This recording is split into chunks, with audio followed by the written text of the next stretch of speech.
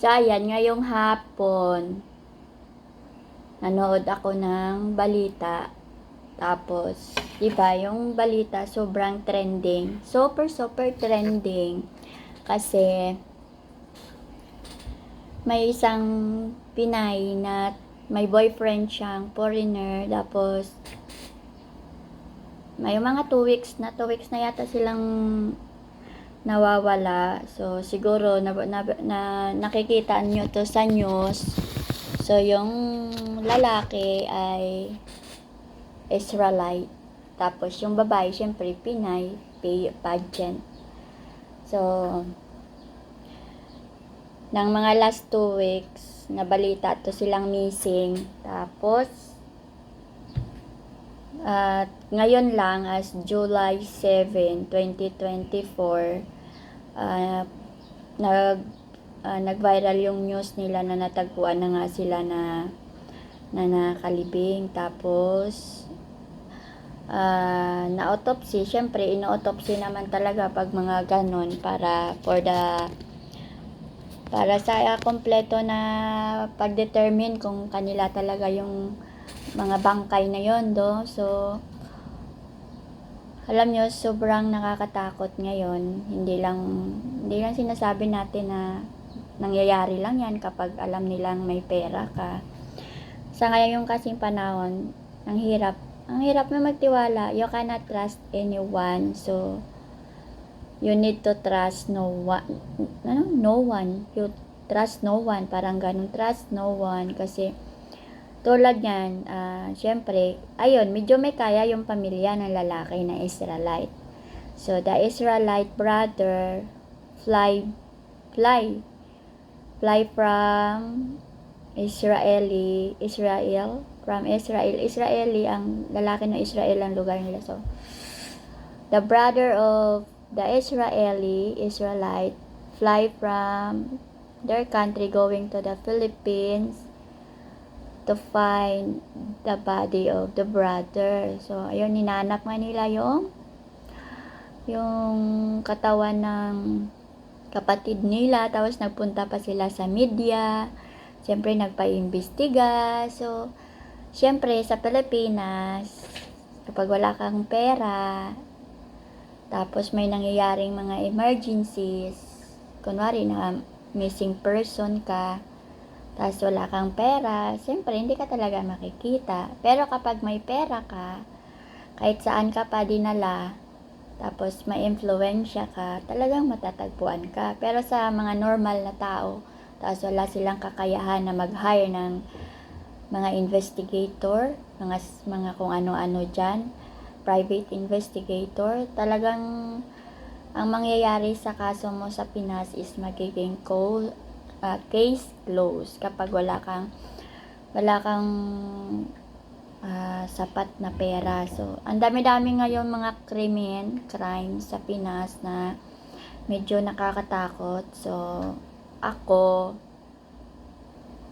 mayroon talaga akong trust issue. Dati pa, may trust issue na talaga ako. Kasi syempre, alam nyo yun, ngayon pag nagtanong ka, lalo na, kunwari, new ka sa isang place. If you are new in the one place, and you are trying to ask question, some people will gonna give you the wrong direction. So, wrong direction, di ba? So, imbes na mapupunta ka doon sa lugar na pupuntahan mo, mapupunta ka sa kabila. So, ang isang case pa dito, kapag foreigner ka, you did not understand Tagalog, you cannot understand dialect. So, we have a lot of dialects in the Philippines. So, Tagalog is our Filipino language, and the English is international language. So, hindi naman lahat ng tao ay nakakapag-English. So, kapag wala kang kasama na tao na nakakaintindi ng English, na itatranslate sa'yo kung ano yung mga pinag-uusapan nila, doon pa lang talo ka na kung isa kang foreigner. So, ngayon, ang nangyayari, kunwari, foreigner ka, tapos pupunta ka sa Pinas,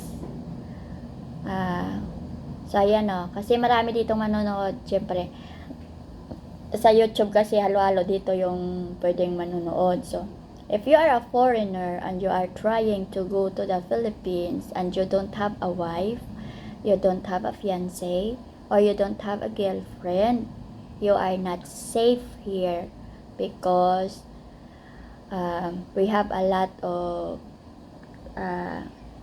dialect here. So some of the foreigners are so lazy to learn our dialect like Tagalog, Bisaya, Cebuano,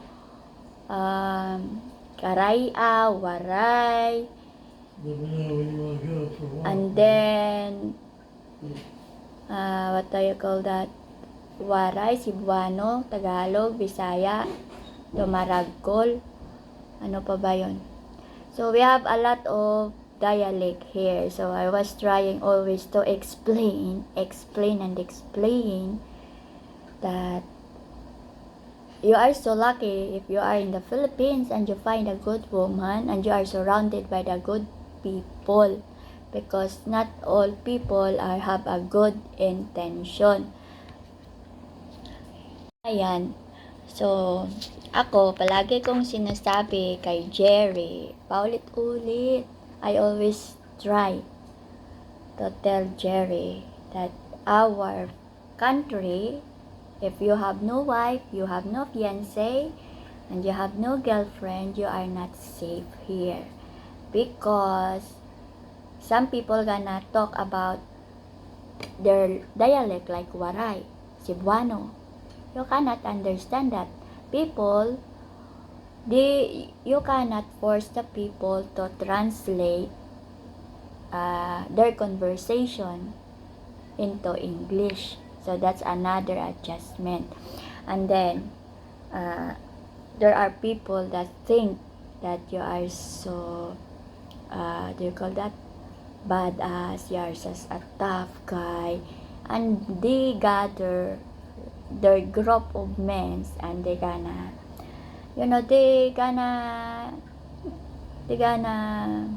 tawag ng papagtripan ka ba? Hindi ko alam kung anong English sa pagtripan, nahihilo na ako. They gonna gather their group and they gonna recruit everyone that they gonna do bad things to you. So you do not know what they are planning for, right?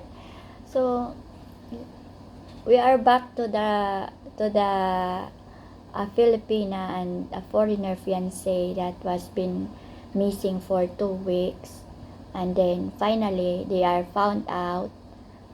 finally found, and they are both dead, then buried in a vacant lot. So it's so painful. So when I was watching that video, and I was thinking, your family, your brother just fly from other country just to go to the Philippines just to find the dead body of one of his brother, and then and now they gonna find out that it's dead. Of course it's so painful, but the Israelite man was talking also to the media, but the side of the woman, well, it's not. So we will not mentioning their names because that is another side of the story, but that is a very trending news ngayon. So there is no safe for now. I guess I feel I'm safe inside the house. So pakiramdam ko sa loob na lang talaga ng bahay ngayon ang safe. So minsan magkakaroon ako ng anxiety kasi syempre sa hirap ng panahon ngayon, hindi mo alam, kahit hindi ka naman madaming pera or kahit pobre ka, kahit you are living in normal, just like normal people, tapos pag pinagtripan ka talaga, wala kang magagawa. So ayun, I always pray our safety because we don't have here, this place has security guard, yes, but if the bad person wants to harm you or wants to attack you, they gonna find ways. So for now you need to be very alert or be careful for your security, and minsan nakaka-anxiety talaga. So watching the news all over because we don't have TV. We have TV but I cannot watch on local news. Is always watching English news and we don't have a local TV like TV Patrol, GMA or News 5 here, so I can only watch news on my phone. Ayun, so wala akong nakikita or nababalitaan unless na pupunta ako sa cellphone ko at mag-scroll ako, saka lang ako makakakita na nakita na pala sila, nangyari na pala yung na ganyan. Kasi nang una-una, ang conclusion talaga ng marami, baka syempre yung Pinay is pinatay ng AFAM. Hindi pala nangyari yon. So, ang nangyari is, pareho pala silang pinatay, tapos, ayun, parang nilibing sila. So, grabe, no? Grabe yung mga nangyayari ngayon, no? Dahil siguro yan sa pera, pero nakakatakot, diba? So, yung napanood ko yon, parang kinabahan ako. Tapos, syempre, diba, alam mo yung nagpaplano kayong dalawa ng magandang buhay nyo, tapos makakamit ka ng tao na yun pa lang matatapos sa buhay nyo. Nako, sobrang delikado. Kaya nga, ako sa totoo lang, minsan yan, isa din yan sa mga kinakatakutan ko, yung pupunta ka sa lugar, mag-move out ka, tapos mag-moving sa another place, tapos hindi mo kilala yung mga tao. Parang pakiramdam ko lang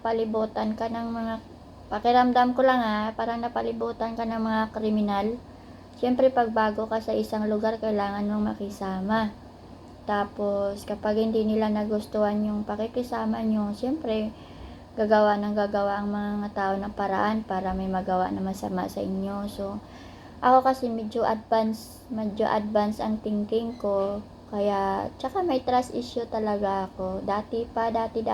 So ayaw ko na yun maulit, kahit sabihin nila na don't live your life on fear, kung wag kang masyadong matakot, ganon, enjoy your life. So hindi ka makaka-enjoy talaga kapag alam mo sa isang lugar na hindi ka safe. So yun lagi kong sinasabi kay Jerry, na matigas ang ulo niya, pero sabi ko sa kanya, kung ano at ano man ang mangyayari, sabi ko, siyempre, sino yung sisisihin, diba? Siyempre ako, kasi andito ako. So, ayun, sabi ko sa kanya, kung hindi lang din naman siya makikinig, siyempre, ako, sabi ko sa kanya, umuwi siya sa kanila, pero kung willing siyang makinig, pwede siya mag-stay dito. So, ganun lang naman kasimple. So, sabi ko nga sa panahon ngayon, if you have no money, no justice, syempre, anong ibabayad mo kapag naghanap ka ng justice? Kailangan mo magbayad sa mga i-hire mong investigador. Pag wala kang pera, ayangan mo natusan mo yung aso mo or pusa mo na hanapin ka, di ba? Bawat kilos mo ngayon pera, kahit sabihin mo pa na lahat na lang lagi pera, hindi ka mabubuhay ngayon kapag wala kang pera. Kasi sa panahon ngayon, talagang kailangan mo ng pera. So, ayun, sabi ko nga, ako nalulungkot ako kasi ang bata pa ng babae. Tapos, syempre, nang una, yun talaga yung expectation ng mga tao, kasi sa dami na ba naman ng mga Pinay na nabibiktima ng mga foreigner na pinapatay sila. So una-una yun ang naging conclusion ng mga tao. So ngayon, lumabas sa autopsy na pareho silang pinatay. So sigurado iyak talaga ngayon yung pamilya talaga ng babae. Ako nga kahit na nanonood lang ako, parang sabi ko, grabe, napapailing ka, syempre, di ba? Lalo na kapag wala naman silang ginawang masama, tapos kinitil lang yung buhay nila bigla. Parang sigurado hindi mo matanggap, parang hindi ka tanggap yung pangyayari, kasi syempre walang may gusto, tapos ang lahat naman is Alam mo yung nagpaplano ka lang ng magandang buhay tapos kinuha sa'yo pati yung buhay mo. Ang hirap tanggapin.